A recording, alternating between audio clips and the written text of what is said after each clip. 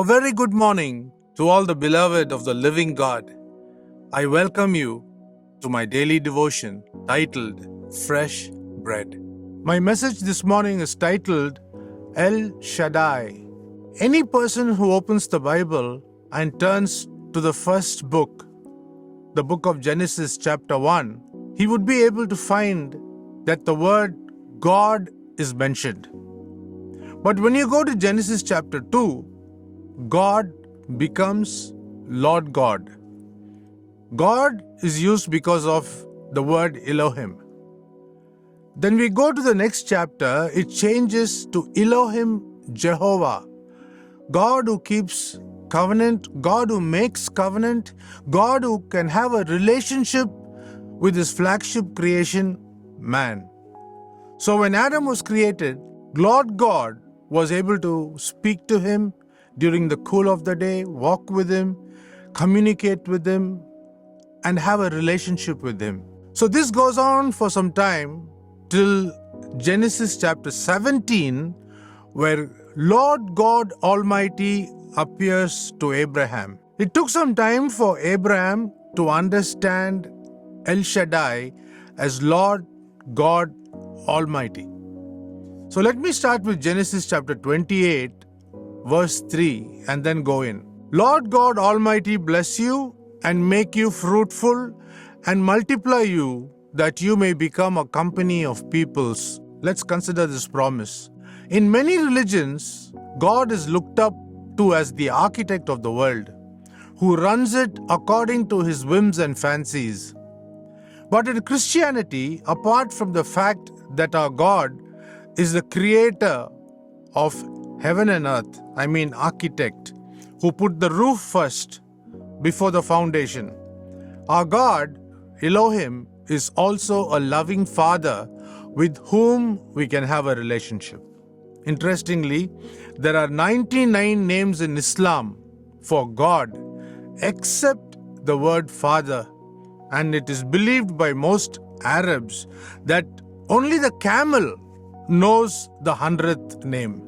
When Abraham, the father of faith, reached a point in his life where he believed that Yahweh, the one and only true God, can be trusted wholeheartedly for all his needs in life, including the gift of child, Lord God, Jehovah Elohim, revealed himself to Abraham as Lord God Almighty, El Shaddai. He is portrayed as one with many breasts, who could supply every possible need to his children at any point of time. If you can understand the Bible in Hebrew, you would come to this very same conclusion.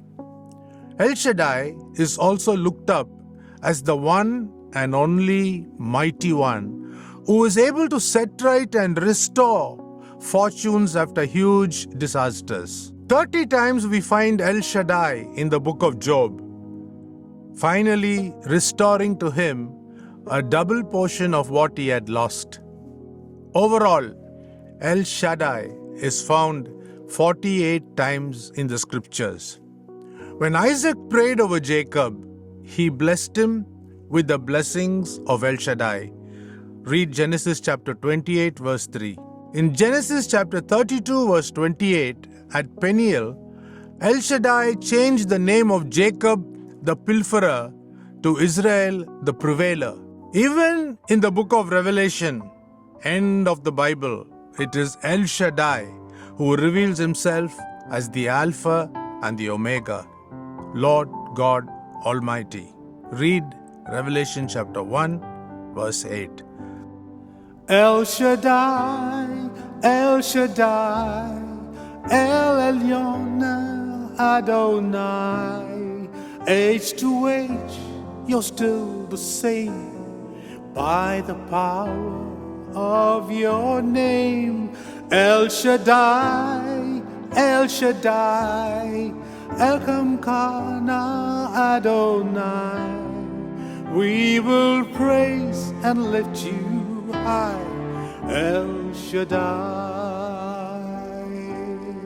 Through your love and through the Ram, you saved the son of Abraham. through the power of your hand. Turn the sea into dry land. To the outcast on her knees, you were the God who really sees. And by your might, you set your children free. El Shaddai, El Shaddai, El Elyon Adonai. Age to age, you're still the same. By the power of your name, El Shaddai, El Shaddai, El Kamkano Adonai. We will praise and lift you high, El Shaddai. We will praise and lift you high, El Shaddai. So think about El Shaddai, the author and the finisher of your faith. God bless you. Have a great day.